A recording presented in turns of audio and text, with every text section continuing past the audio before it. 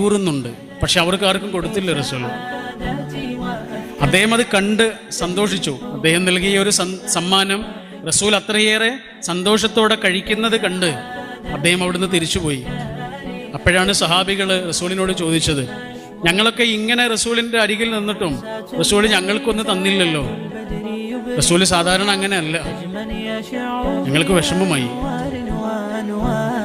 അപ്പോൾ റസൂൽ സഹാബികളോട് പറയാ, ഇത് നല്ല പുളിയാണ്, നിങ്ങൾക്ക് ഞാൻ തന്നാൽ നിങ്ങൾ ആ മനുഷ്യൻ്റെ മുന്നിൽ വെച്ചിട്ട് പറയും ഇത് പുളിയാണ്.